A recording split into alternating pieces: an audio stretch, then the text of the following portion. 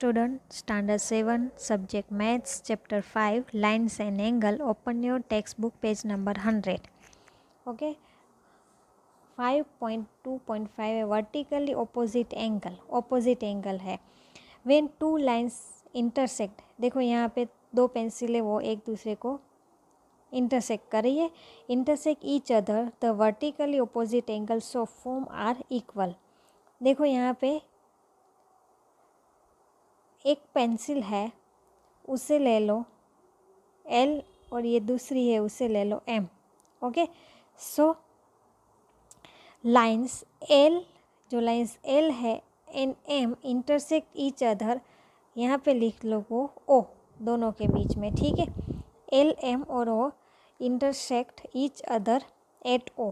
Then देखो जो 4 है, अगर 4 है इज इक्वल टू उसके सामने कौन सा एंगल है 2. Angle 4 is equal to angle 2. Okay, this is one pair of vertically opposite angle. ये एक पेयर हुई और दूसरी angle 1 is equal to angle 3, ये हुई दूसरी pair. Also angle 1 is equal to angle 3, this is another pair of the vertically angles. Okay, so समझ में आ गया वर्टिकली एंगल्स. ओके, उसके बाद देखो एग्जाम्पल 1 है. In figure 5.18 identify 5 pair of adjacent angle, 3 linear pairs and 2 pairs of vertically opposite angle. 5 pair of adjacent angles are, कौन से है एडजस्ट एंगल? देखो पेयर्स लिखनी है. एडजस्ट एंगल ए ओ ई, यहाँ से स्टार्ट किया है ए ओ ई, सो ई ओ सी, ए ओ ई और ई ओ सी. उसके बाद ई ओ सी और C O be adjust angle है. ई ओ सी ओ बी. देन ए ओ सी और C O B. Okay, then है सी ओ बी और बी ओ डी. ओके, और उसके बाद लास्ट वाली कौन सी पेयर है? ई ओ बी और बी ओ डी. ओके, ये है एडजस्ट एंगल. उसके बाद आपके पास है 3 लाइनर्स पेयर. 3 लाइनर्स पेयर कौन सी है? ए ओ ई और E O B. Linear pair A O E और ई ओ बी.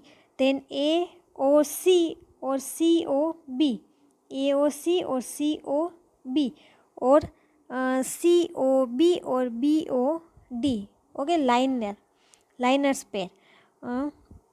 उसके बाद है 2 pairs of vertically opposite angle. Opposite angle कौन से हैं? देखो सामने वाले. सो सी ओ बी, उसके सामने है ए ओ डी. ये जो एंगल है उसके सामने है ये, दिखाई दे रहा है मैंने ये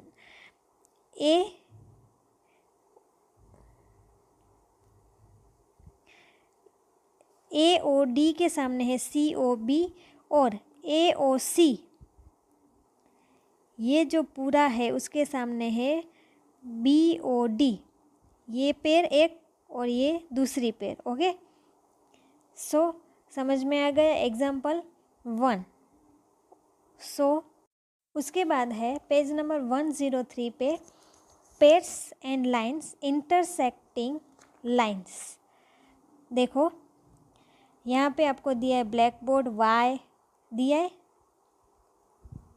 देखो the black board on its stand, black board है उसके स्टैंड पे है. The Y, letter Y made up of line segment and the grill door of a window. What do you this have in common? इसमें common क्या है तीनों में? They are examples of intersecting line. ये सभी है वो इंटरसेक्टिंग लाइन के एग्जाम्पल है. 2 lines L and M intersect if they have a point in common. 2 line है L and M, उसके दोनों में कॉमन पॉइंट इंटरसेक्ट, जहाँ से वो इंटरसेक्ट करती है उसका कॉमन पॉइंट, उसका पॉइंट है वो कॉमन है. अगर this common point O is there point of intersection. Okay, दोनों का पॉइंट कॉमन हो जाना चाहिए। देखो अगर ये लाइन एल है और ये लाइन एम है तो इसका कॉमन पॉइंट ओ, ऐसे, ठीक है, इंटरसेक्टिंग लाइन। सो उसके बाद है transversal. You might have seen a road crossing two or more roads or a railway line crossing several other lines. देखो यहाँ पे है क्रॉसिंग, यहाँ पे रेलवे का भी है, आपको क्रॉसिंग दिया है। Other lines figure 5.21। This gives an idea of transversal. इसके ऊपर से आपको आइडिया आता है ट्रांसवर्सल का। A line that intersect two or more lines. देखो यहाँ पे इंटरसेक्ट हो रहा है पर दो लाइन, एक ये लाइन और ये दूसरी line. Two or more lines at distinct point is called a transversal. Okay, देखो यहाँ पे in the figure 5.22 P is the transversal to the line LMN। ये दोनों लाइन है, उसका ट्रांसवर्सल कौन सी लाइन है? P है। और figure number 5.23 the line P is not a transversal. P है वो ट्रांसवर्सल नहीं, although it cut two line L and M। Can you say why? आप उसका आंसर दे सकते हैं, सोच के बताना, ठीक है, नोटबुक में लिख के रखना। उसके बाद है angles made by transversal. Transversal के से कौन से एंगल्स बनते हैं, चलो हम देखते हैं। उसके नीचे जो टेबल है वो फिगर के साथ देखना। Figure 5.21 you see lines L and M cut by transversal P. The 8 angles marked 1 to 8 have their special names। देखो 1 to 8 एंगल्स है। फर्स्ट देखो इंटीरियर एंगल। इंटीरियर एंगल कौन से बनते हैं? जो नंबर 3 है, 4 है, 5 और 6, ये 4 एंगल इंटीरियर एंगल है। ऐसी फिगर हो, कौन से इंटीरियर एंगल है? 3, 4, 5 और 6। एक्सटीरियर एंगल्स कौन से हैं? एक्सटीरियर मतलब बाहर के एंगल्स कौन से? 1, 2, 7 और 8। ओके, ये तो आपको समझ में आ गया। Pairs of corresponding angles. Corresponding angles की पेयर्स मतलब देखो एंगल 1 और उसी के साइड का एंगल 5, मतलब एक बाहर का लेते हो तो एक अंदर का लेना है, ठीक है। देखो यहाँ पे 1 बाहर का है तो अंदर का ले लो 5, और यहाँ पे दूसरी साइड ले लो, ऐसे ही 2 है उसके, वो बाहर का है तो 6 अंदर का ले लो, उसके नीचे का नहीं ले सकते, ठीक है, मतलब 4 नहीं ले सकते। उसके बाद दूसरी पेयर बना लो, 3 ले लो अंदर का, तो बाहर का क्या लोगे आप? 7 लोगे। अगर 3 लिया तो 7 लो, 4 लिया तो 8 ले लो, ठीक है। ये पास पास का हम नहीं ले सकते। ये हो गई pairs of corresponding angles. Then है pairs of alternate interior angles. मतलब क्या आएगी, कौन सी आएगी? Pairs of alternate interior angles 3 and 6। यहाँ पे Z बनता है। देखो Z में ये दो एंगल्स मतलब 3 and 6, एक सीधा एक उल्टा में आएगा। अब यहाँ पे 4 और 5, ठीक है, देखो वहीं आया। Pairs of alternate interior angles 3 and 6, 3 and 6 and 4 and 5। अब है pairs of alternate exterior angles. Exterior angles देखो 1 and 8, दोनों बाहर के, 1 and 8 और 2 और होगा 7, ठीक है। एक्सटीरियर एंगल हुए 1 and 8, 2 and 7। उसके बाद है देखो pairs of interior angles on the same side of the transversal.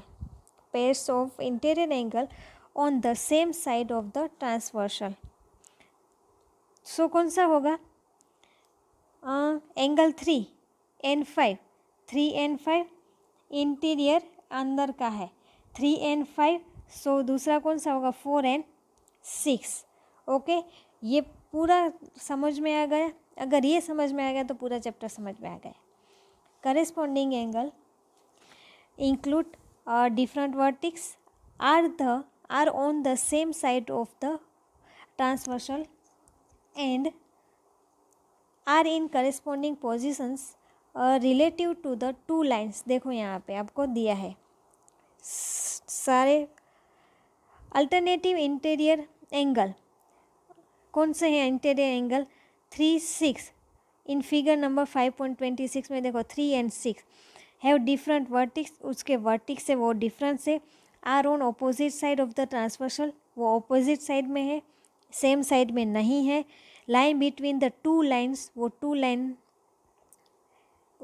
के बीच में आता है। जो ये 3 है वो एक लाइन है और 6 है वो भी लाइन है। Lie between the two lines उसके, सो उसके डिफरेंट वर्टिक्स है, are on opposite side of the transversal and lie between the two lines.